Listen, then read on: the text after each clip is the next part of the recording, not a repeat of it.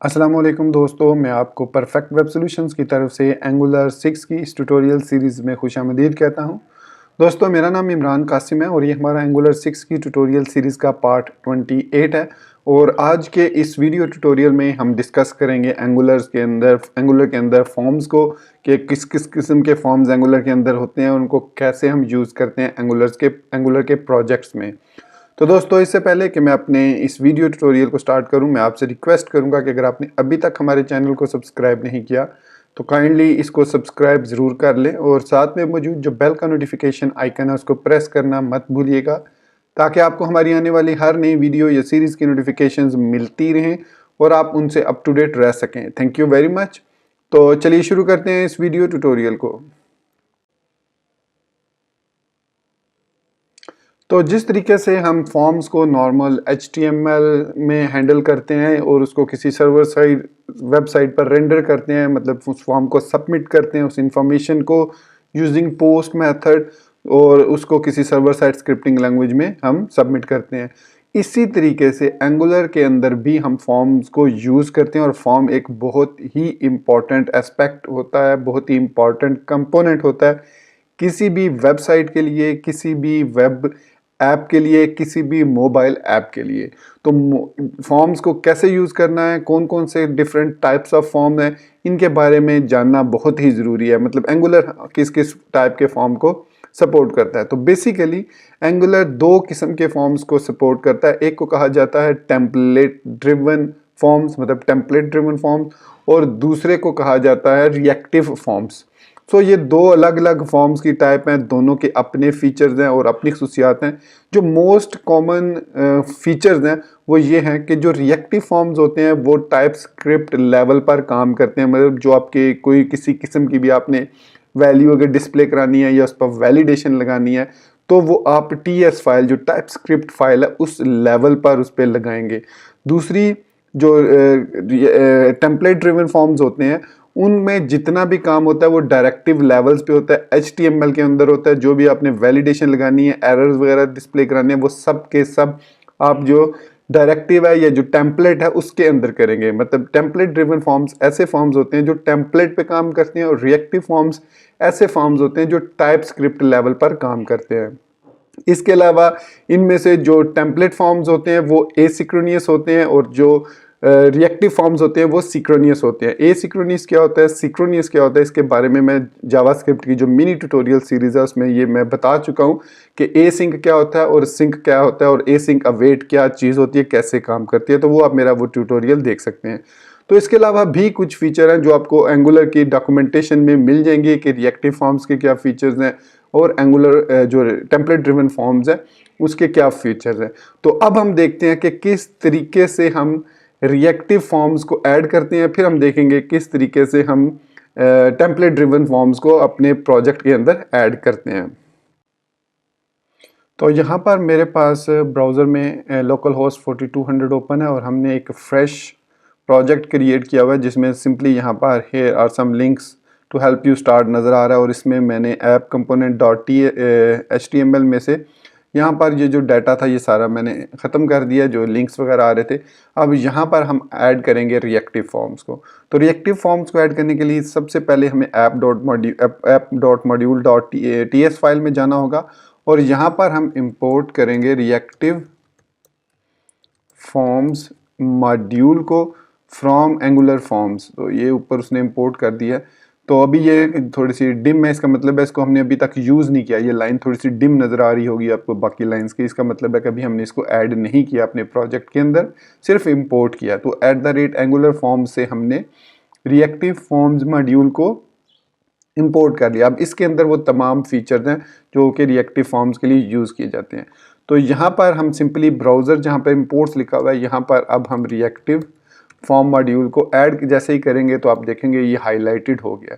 तो दोस्तों, हमने सक्सेसफुली अपने प्रोजेक्ट के अंदर रिएक्टिव फॉर्म्स को इंटीग्रेट कर लिया। अब चलिए हम इसके डिफरेंट पार्ट्स को देखते हैं।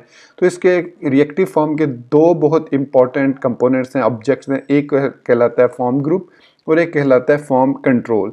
फॉर्म ग्रुप की मदद से हम उस फॉर्म ग्रुप को किसी भी फॉर्म के साथ अटैच करते हैं और फॉर्म कंट्रोल को हम उस फॉर्म ग्रुप के अंदर मौजूद कंट्रोल्स के साथ हम लिंक करते हैं। देखते हैं किस तरीके से। तो यहाँ पर हम इंपोर्ट करेंगे दो चीज़ें, फॉर्म ग्रुप और फॉर्म कंट्रोल। ये दो ऑब्जेक्ट हम कहाँ से इंपोर्ट करेंगे? @angular/forms। तो हमने ये दो जो ऑब्जेक्ट्स हैं ये इंपोर्ट कर लिए। इसके बाद हम टाइपस्क्रिप्ट फॉर्म में क्लास में आएंगे, क्योंकि हम जो रिएक्टिव फॉर्म्स हैं उनको हैंडल करते हैं थ्रू टाइपस्क्रिप्ट। तो यहाँ पर हम एक वेरिएबल कोई भी ले लेते हैं, कोई भी नाम उसका रख लेते हैं। सो माई यूज़र फॉर्म, इसका हमने नाम रख लिया, is equal to new form group. अब इस फॉर्म ग्रुप के अंदर हम एज एन ऑब्जेक्ट पास करते हैं जितने भी हमें कंट्रोल्स चाहिए। तो सपोज़ हमें पहला कंट्रोल चाहिए नेम का, हम नेम लिख लेते हैं और कॉलन लगाएंगे, उसके बाद लिखेंगे न्यू फॉर्म ग्रुप और इसके स्टार्ट में हम एम्प्टी रखेंगे। तो ये हमारे पास पहला न्यू फॉर्म ग्रुप मैंने लिख दिया, न्यू फॉर्म कंट्रोल लिखना था। तो ये हमारे पास पहला कंट्रोल बन गया। अच्छा, ग्रुप के अंदर हम ग्रुप भी क्रिएट कर सकते हैं, लेकिन वो आगे चल के हम देखेंगे। तो दूसरा हमें उसका चाहिए ईमेल, तो ये भी एक न्यू फॉर्म कंट्रोल होगा। स्टार्ट में ये भी एम्प्टी होगा। अगर आपका डाटा कहीं से आ रहा है, डाटाबेस से, तो वो आप इसमें पॉपुलेट कर सकते हैं थ्रू डाटा सर्विसेज। तीसरी चीज़ इसमें हम एड्रेस ले लेते हैं, यानी सिटी नेम वगैरह आप लिख सकते हैं, फॉर्म कंट्रोल, और उसके अंदर स्टार्ट में ये भी एम्प्टी। तो ये दोस्तों हमने सक्सेसफुली एक ऑब्जेक्ट क्रिएट कर लिया using form group and form control, और ये एक रिएक्टिव फॉर्म होगा और इसको हम हैंडल करेंगे टाइपस्क्रिप्ट में। तो यहाँ पर हम एक मेथड बना लेते हैं ऑन सबमिट। बेसिकली जब फॉर्म को हम सबमिट करेंगे तो हम इस फॉर्म को console.log में इसकी वैल्यूज़ को डिस्प्ले करेंगे और देखेंगे कि ये वैल्यूज़ किस तरीके से डिस्प्ले होती हैं। सो यहाँ पर अब हम लिखेंगे console.log myuserform.value। तो ये this.myuserform.value लिखेंगे, उसको सेव कर देंगे। अब ये हमारा टाइपस्क्रिप्ट की तरफ से कुछ प्रोसीजर जो है वो कंप्लीट हो चुका है। अब हम बढ़ते हैं अपने टेम्पलेट की तरफ। तो इस टेम्पलेट में सबसे पहले हमें फॉर्म टैग ऐड करना होगा और उसमें एक्शन की हमें ज़रूरत नहीं है, बल्कि यहाँ पर हम ऐड करेंगे फॉर्म ग्रुप। अब ये ब्रैकेट्स का मतलब है कि ये आप कह सकते हैं इसकी वैल्यू को हम एक्सेस करेंगे इनसाइड टाइपस्क्रिप्ट। तो यहाँ पर डबल कोट्स के अंदर उस वेरिएबल का नाम देंगे जहाँ पर हमने इन वैल्यूज़ को पास करना है। तो उसका हमने नाम रखा था क्या नाम रखा था हमने? माई यूज़र फॉर्म। तो इसको हम दे देंगे माई यूज़र फॉर्म। फिर इसके अलावा एंगुलर फॉर्म्स हमें एक इवेंट प्रोवाइड करता है। बाय डिफ़ॉल्ट अगर आप फॉर्म को सबमिट करते हैं तो वो पोस्ट हो जाता है और वो पेज रिफ़्रेश हो जाता है। तो उस चीज़ को रोकने के लिए हमें एंगुलर के अंदर एक ng सबमिट के नाम से एक सबमिट ng सबमिट के नाम से एक इवेंट दिया जाता है, जिसको हम पास करते हैं वो मेथड जहाँ पर हम उसको सबमिट होने के बाद फॉर्म को सेंड करना चाहें। तो यहाँ पर हमने ऑन सबमिट का जो क्रिएट किया हुआ मेथड यहाँ पर इसको पास कर दिया। तो अब ये फॉर्म जो है ये ऑटोमेटिकली सबमिट नहीं होगा, ये पेज रिफ़्रेश नहीं होगा।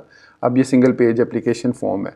तो इसके अंदर हम तीन हमने इनपुट टाइप टेक्स्ट लगाए हैं। तो इनपुट टेक्स्ट हमें नेम और आईडी नहीं चाहिए होती इसमें, वो हमें चाहिए टेम्पलेट ड्रिवन फॉर्म में। सो इनपुट, तो ये हमने इसको ईमेल कह देते हैं। तो ये तीन हमने फॉर्म ऐड कर ली। अब चूंकि ये फॉर्म ग्रुप है तो इसको हमने फॉर्म कंट्रोल नेम देना है कि इस ग्रुप का कौन सा फॉर्म कंट्रोल नेम हमने इसको देना है। तो वो कौन सा कंट्रोल है? नेम हमने जो यहाँ कंपोनेंट के अंदर ये वाला जो की वैल्यू है ये देनी है हमने फॉर्म कंट्रोल नेम के तौर पर। इसी तरीके से फॉर्म कंट्रोल नेम, तो यहाँ पर हमारे पास ईमेल को मुझे इधर लिखना चाहिए, और इसी तरीके से एड्रेस को टाइप जो है वो टेक्स्ट होगी और फॉर्म कंट्रोल नेम होगा एड्रेस। तो जो हमने यहाँ पर ये तीन चीज़ें लिखी हैं, अब ये हमने इनको ऐड कर लिया। अब यहाँ पर हम एक और काम करते हैं, इसको क्लोज भी करते हैं फॉर्म को इस तरीके से। सो अब हम इनपुट सबमिट लगाना चाह रहे हैं, इसकी वैल्यू है सबमिट फॉर्म। तो ये अब हमारे पास एक फॉर्म बन चुका है जो कि सबमिट होगा और पेज रिफ़्रेश भी नहीं होगा क्योंकि हमने ng सबमिट का इवेंट यूज़ किया।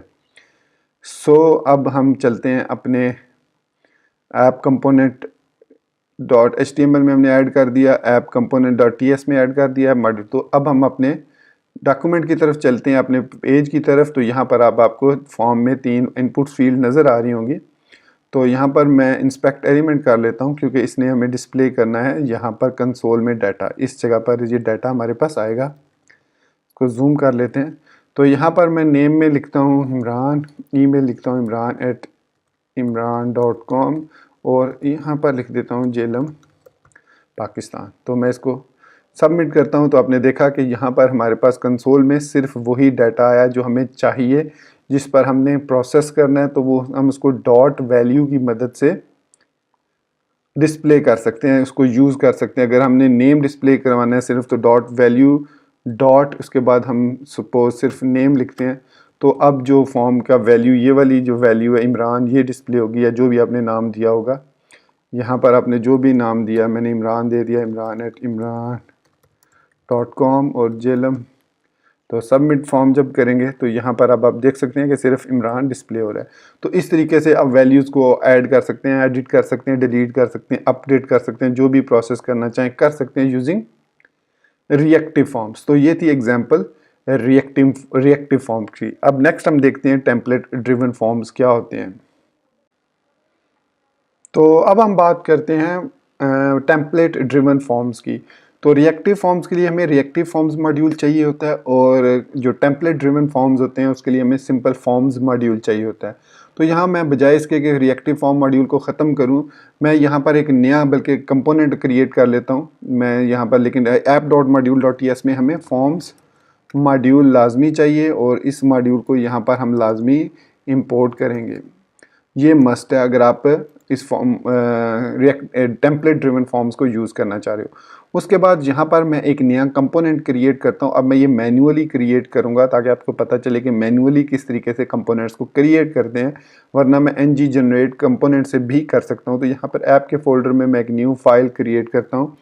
तो इसको नाम देता हूँ टेस्ट या test form dot component dot TS, simple ये नाम दे देता हूँ। और इस फॉर्म को अब मैं इंपोर्ट कर लेता हूँ यहाँ पर। सो इंपोर्ट टेस्ट कंपोनेंट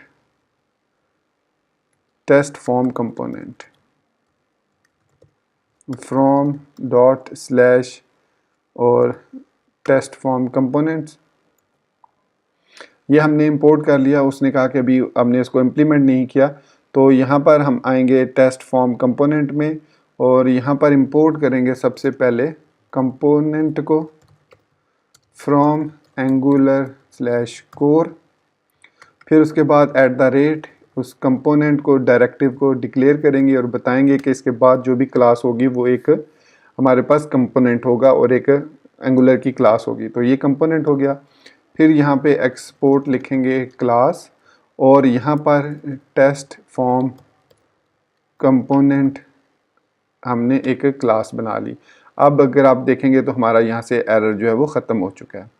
लेकिन इसको हमें इंपोर्ट भी करना है, तो यहाँ पर हम टेस्ट फॉर्म कंपोनेंट को इंपोर्ट भी कर लेते हैं, डिक्लेरेशन में डिक्लेयर भी कर देते हैं। अब इस कंपोनेंट में हमें सबसे पहले चाहिए होगा सिलेक्टर। तो सिलेक्टर, अब चूँकि हम ऐप कंपोनेंट में, ऐप हमारी एप्लीकेशन का नाम है जो ऐप डैश, तो जो भी हम डायरेक्टिव बनाएंगे उसका स्टार्टिंग नेम ऐप डैश से ज़रूरी है, क्योंकि हम मल्टीपल एप्लीकेशंस क्रिएट कर सकते हैं डिफरेंट नेम से। तो यहाँ पर ये मस्ट है। तो हम इसको कहते हैं app dash test dash form. ये हमने इसका नाम दे दिया सिलेक्टर। फिर उसके बाद इसका टेम्पलेट क्या होगा, इस टेम्पलेट को बजाय HTML में हम यहाँ पे भी कर सकते हैं। तो यहाँ पर मैं एक सिंपल इनपुट टैग लगा देता हूँ, इनपुट टाइप = टेक्स्ट। और अब यहाँ पर जो जो टेम्पलेट ड्रिवन फॉर्म्स होते हैं उनको 2 वे बाइंड करते हैं हम इस तरीके से ng मॉडल के थ्रू। फिर उसको कोई भी वेरिएबल असाइन कर सकते हैं। सपोज़ मैं यहाँ पर टाइटल वेरिएबल असाइन कर देता हूँ। तो यहाँ पर हमारे पास टाइटल का एक वेरिएबल होना चाहिए जो हम यहाँ पर डिस्प्ले भी कराएंगे। तो मैं यहाँ पर एक टाइटल का वेरिएबल ले लेता हूँ, और यहाँ पर टाइटल को स्टार्ट में मैं एम्प्टी स्ट्रिंग रख देता हूँ और यहाँ पे माई टाइटल इज़, और यहाँ पर स्ट्रॉन्ग में हम यहाँ पर टाइटल को इस तरीके से डिस्प्ले करा देते हैं। तो ये हमने सेव कर दिया। अब ये फॉर्म जो है ये एक टेम्पलेट ड्रिवन फॉर्म है, ये एक टेम्पलेट है हमारे पास। अब इस टेम्पलेट को हम app component dot HTML form में, अब यहाँ पर मैं लिख देता हूँ H2 रिएक्टिव फॉर्म्स एग्जाम्पल, और यहाँ पर अब मैं लिखता हूँ H2 में template driven example, template driven forms example, template driven forms example. तो यहाँ पर अब हम सिंपल लिखना पड़ेगा app dash test dash form, ये लिखना पड़ेगा, और अब ये फॉर्म यहाँ पर ऐड हो जाएगा। सेव किया इसको, सेव करने के बाद ये पेज रीलोड होगा और यहाँ पर हमारे पास रिएक्टिव फॉर्म एग्जाम्पल है और यहाँ पर हमारे पास टेम्पलेट ड्रिवन एग्जाम्पल है। तो अब इस टेक्स्ट बॉक्स में मैं जो भी लिख रहा हूँ आप देख सकते हैं कि वो रिएक्टिवली टेम्पलेट ड्रिवन फॉर्म में यहाँ पर उसी वक्त रिएक्टिव फॉर्म में यहाँ पर शो हो रहा है, लेकिन इनसाइड टेम्पलेट। तो ये हमारे पास है टेम्पलेट ड्रिवन फॉर्म्स। तो इस तरीके से हम रिएक्टिव फॉर्म्स और टेम्पलेट ड्रिवन फॉर्म्स को अपने प्रोजेक्ट्स के अंदर, एंगुलर प्रोजेक्ट्स के अंदर हम ऐड कर सकते हैं। तो नेक्स्ट वीडियो ट्यूटोरियल में हम डिटेल में रिएक्टिव फॉर्म्स को देखेंगे कि उनके क्या क्या और फीचर्स होते हैं, क्या क्या प्रॉपर्टीज़ होती हैं, उनको कैसे हम वैलिडेट कर सकते हैं, कैसे हम उनकी वैल्यूज़ को चेक कर सकते हैं। तो मिलते हैं नेक्स्ट वीडियो ट्यूटोरियल में। तो तब तक मुझे इजाज़त दीजिएगा, अपनी दुआओं में याद रखिएगा। Thank you very much for being with me till end. Take care, अल्लाह हाफिज़ एंड बाय।